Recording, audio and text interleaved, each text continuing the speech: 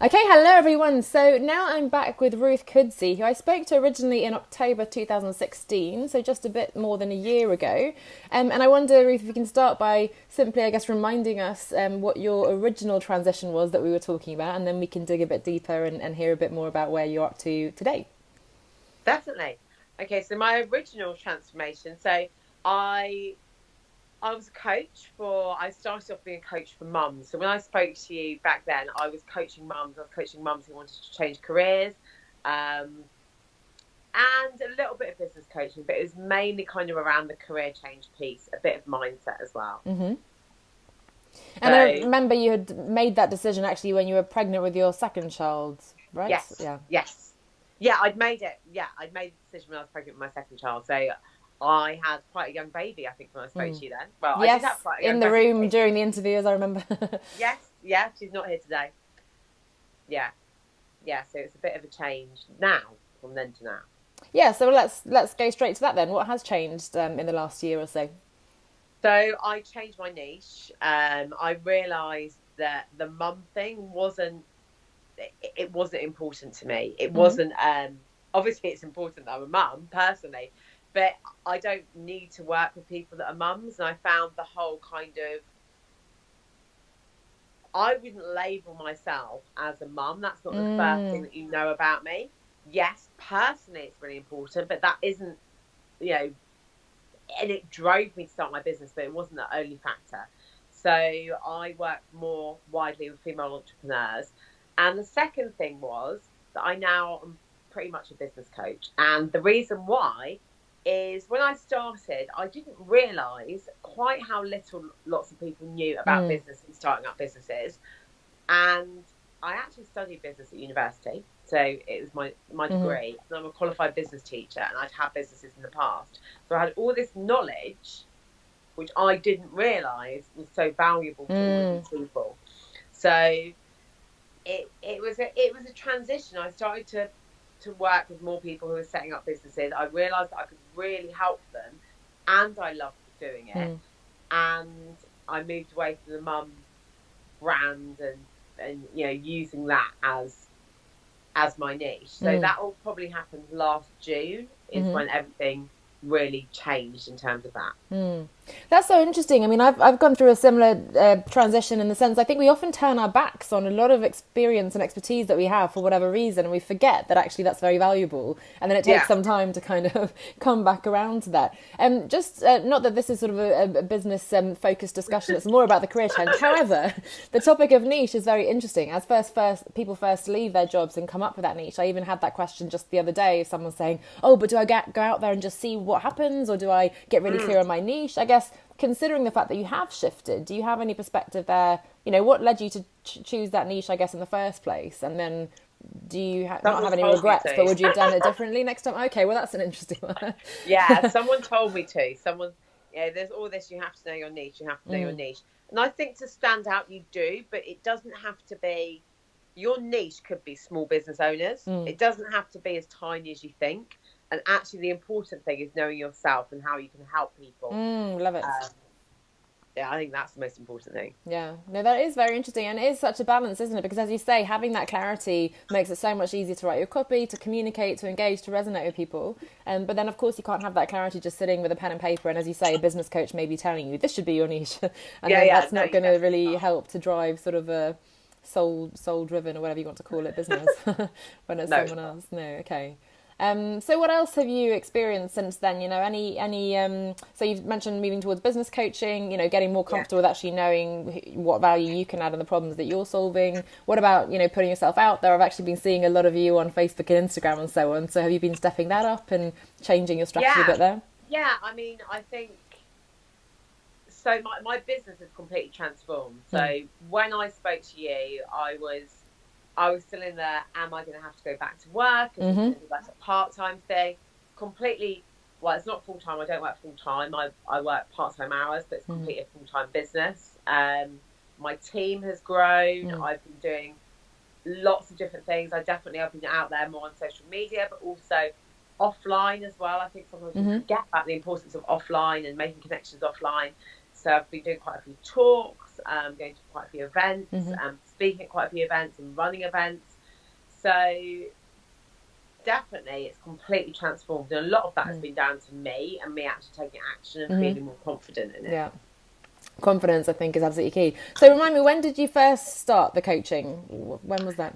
So I've been coaching for years. I mean, as lots of people, like when you're a leader in a job, you get trained in coaching. And you know, I did a leadership development program, and it was very much coaching focused. And then we actually had coaching sessions, you know, that we then delivered to people.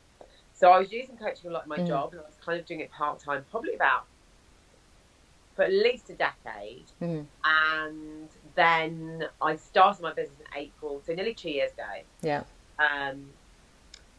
And I started going on social media not long before I met you. So maybe about July or August 2016. So I've been doing coaching for quite a long time, but I hadn't been formally like, I'm a coach, this is what I'm doing. No, that's only been about 2 years. Okay, no, so the expertise and experience was there, but in terms of the business, that's very interesting. So actually it's 2 years, but the first year you weren't really putting yourself out there so much, and in fact, as you said, you had a slightly different niche. And so 1 year of you actually putting yourself out there, being super clear on what you're doing and so on, and that's really grown into a thriving business. So I think that's hugely positive. It shows people, hopefully, that, you know, even if at the beginning, as you said, you're not so confident, you're a bit unclear and so on, just stick with it. And I'm a big believer now that persistence, as you said, it's all you, right? It's your confidence, your resilience, and just keep going. And then you will see the results. And I think 1 year is not at all a bad sort of time frame to fulfill your dreams and work on a business that, you know, brings you what you want. So congratulations, that's really exciting. Thank you. And what about in terms of the childcare aspect? Because I remember you said that, you know, you had been able to ask for help, so you had a childminder who was helping you out there. How has that shifted, and how are you managing it, really? Because I know it is something that people have a lot of questions about and perhaps sometimes struggle with. Yeah, I mean, I think some people thought that I was working actually at home with my kids, which I was a little bit at the beginning, but now they go to nursery, so they both go to the same nursery. They go there 3 days a week.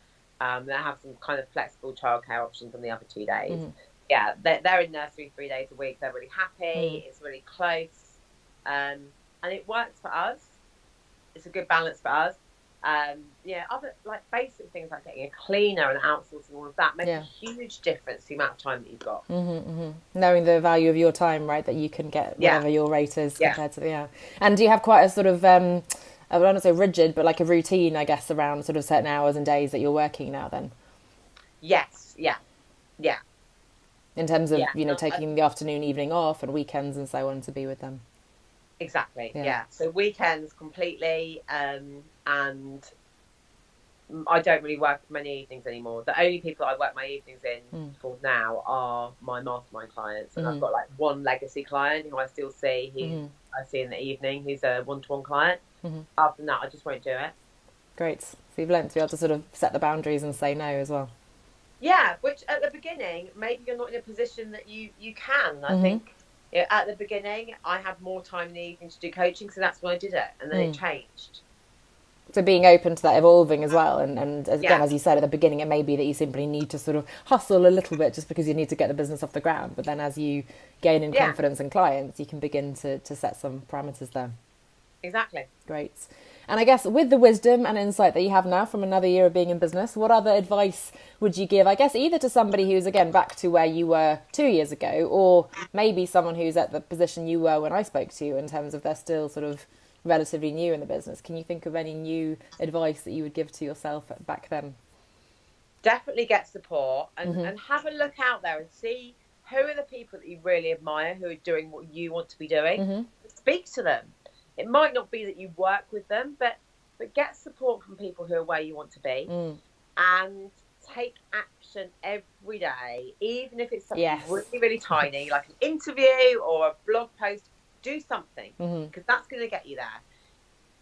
The worst way is to sit and be waiting until everything's perfect. Nothing's ever going to be perfect. It won't ever be the perfect time. So something small every day is going to get you there. Love that so much. Yeah. I love what you said about finding people who you can kind of look up to a little bit ahead of you. It can be, as you said, reaching out to them. It can even be just following them, you know, reading the emails they're sending and seeing their videos. And you don't even have to pay them, as you said. You can actually learn a lot just from following, whether it's because you want to sort of not copy, but kind of emulate or see how you might want to build that, or if you want to actually learn from them. And the consistent action, 100%. I was just talking about that the other day as well, that sort of sporadic thing we do. We write a blog post and oh, that didn't work, and do a webinar, I know that didn't work, but really knowing what works for you and just doing that sort of with no excuses, just little steps, as you said. So that's great. That's excellent advice. 100% agree. Yeah, I think that's the most important, and it's analysing what has worked and what hasn't worked. I always say that. Okay, so you know, how have I got my clients? Okay, well, let's keep doing more of that. If I'm doing something, I actually was talking to my VA earlier because I was like, Instagram's not really working for me. So we're just changing our, what we're doing on Instagram. And I'm not going to spend as much time on it. Yeah. There's no point. It's not working. And I guess that's the benefit of having been in business a bit longer, because as you said, again, people are telling you what to do, and you need to do, I don't know, Snapchat, Facebook, Twitter, Instagram, and so on. And the best thing about having been in business a little bit is that you know what works. So you can sort of shut out that noise. You can look at the hard data and either improve it and tweak and learn, or go, you know what, this is not where I'm getting my clients, I'm getting them over here. So much better to focus there. Yeah, and also don't listen to all the noise online. Like, if you want to get business advice, invest in someone rather than getting all of the free stuff, because everyone will say different things. Everyone is different, and actually you're different. So you need to work with someone who's going to help you in your business. Because if you just get all of the free stuff online, you're just going to be sitting there thinking, I don't know what I listen to her or her or her or him, and you'll just get completely overwhelmed. Yeah. Overwhelmed, and you're just patching together a strategy from lots of different people's strategies, right? Because this one over here might work if you followed it 100%, but since you're doing a little bit of everything, you sort of end up doing a lot of nothing, really. So I think that's great advice. Absolutely. Great. Well, it's really lovely to hear how things are going. Maybe we can catch up again in a few years and see how things have moved on then. But I'm really happy that you've taken sort of that next step, and it's great to see the confidence and the results that you're getting as well. So congratulations again. Brilliant. Thank you. Thanks so much for your time. Thank you. Bye-bye.